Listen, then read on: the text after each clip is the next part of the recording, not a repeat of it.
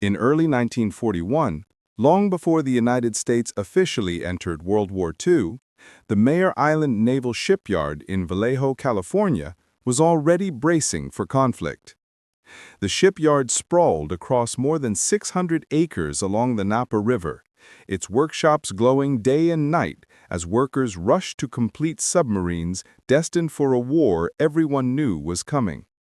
Among the 12,000 men and women employed there was a 36-year-old welder named Theodore Ted Nelson, a man paid just $11 a day, but whose frustration with inefficient procedures was about to spark one of the quietest yet most transformative innovations in American wartime industry.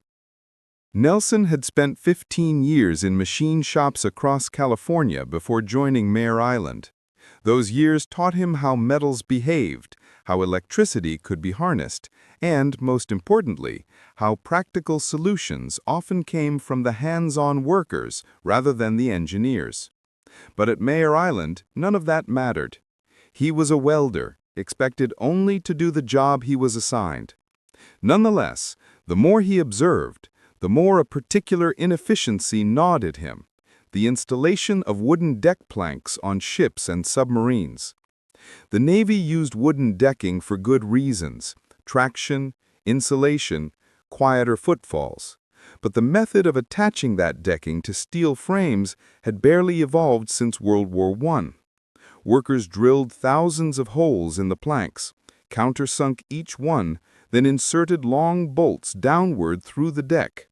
In cramped compartments below, other workers perched on scaffolding to twist nuts onto the protruding bolts. The process was slow, exhausting, and required huge teams. For a typical submarine, just the decking could take a dozen or more men nearly a week. Worse yet, constructing and dismantling the scaffolding took days by itself. To Nelson, who had spent countless hours wrestling wrenches in 4-foot-high compartments, the method felt not just archaic, but dangerously wasteful at a time when war was approaching fast. What if, he wondered, the fasteners could be attached from the top, with no need for men below deck? What if the bolts didn't have to pass all the way through? This question led him to an idea that seemed almost embarrassingly simple. Instead of drilling and bolting, weld threaded studs directly onto the steel frame. Then the wooden planks could be secured from above using threaded inserts. One worker could do the job in seconds. No scaffolding, no below-deck labor, no coordination between teams. The only missing piece was the welding method. Existing stud welding techniques worked only on flat, horizontal surfaces because they relied on loose flux powder. Any attempt to weld vertically or overhead simply caused the flux to fall off. Engineers had been stuck on this problem for 20 years. Nelson's breakthrough was to encase the flux in a small ceramic cap attached to the stud itself. The cap kept the flux in place regardless of position. When the arc fired, the flux melted and the stud fused instantly to the steel. A single worker could weld dozens of studs in minutes. No scaffolding, no bolts, no wasted time. Excited, Nelson took his sketches to his Navy supervisor, Lieutenant Morrison, who dismissed the idea in minutes. The chief welding engineer was more polite, but equally quick to reject it. If it were that easy, he told Nelson, someone would have already done it. A formal letter to the shipyard commander brought only a bureaucratic acknowledgement and a note that evaluation would take up to 2 years. With war imminent, Nelson knew the Navy didn't have that kind of time. So he made the decision that changed everything. He would build the device himself. Working nights in his garage, with only scrap metal in his wife's anxious encouragement, he constructed a crude but functional stud welding gun. The ceramic flux cap took weeks of trial and error, but when he finally tested the completed device, it worked flawlessly. Horizontal, vertical, overhead, every angle imaginable. And it produced welds that were stronger than traditional bolts. He demonstrated the prototype to fellow welders during lunch breaks. Their enthusiasm was immediate. "Quit and start your own business," one told him. The idea seemed absurd. He had no money, no business experience, and no connections. But the more he thought about it, the more it felt like his only path forward. On June 20, 1941, Ted Nelson quit his secure job. On July 1st, he founded the Nelson Specialty Welding Equipment Corporation, financed by a $105,000 government loan. He rented a small workshop and began manufacturing his welding guns for any company willing to try them. Sales trickled at first, 18 guns sold by September 1941. Then came December 7th. Pearl Harbor changed everything. Suddenly, shipyards across the nation were desperate for ways to build faster. The Kaiser yards, Bethlehem Steel, and even Mare Island, where Nelson had been ignored, now wanted dozens of guns and tens of thousands of studs. Demand exploded beyond anything Nelson's small workshop could handle.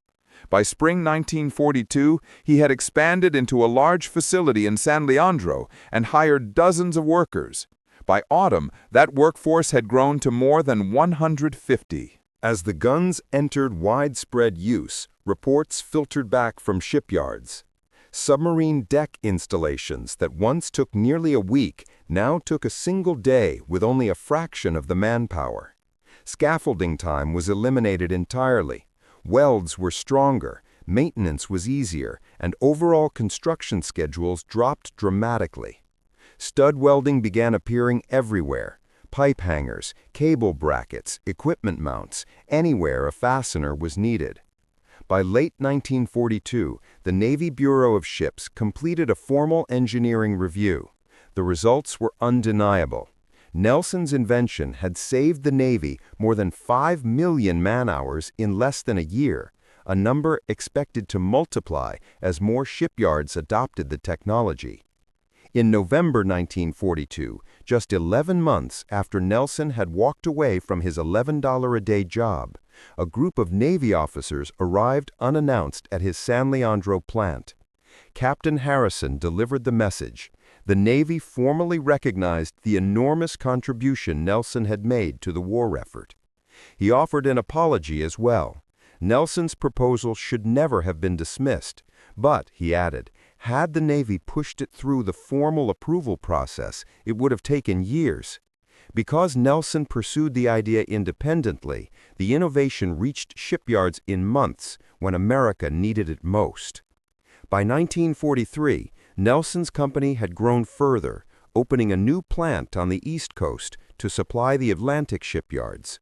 Stud welding had become a standard tool of wartime shipbuilding, helping the United States build fleets at unprecedented speed. Ted Nelson's story is ultimately one of perseverance in the face of bureaucracy.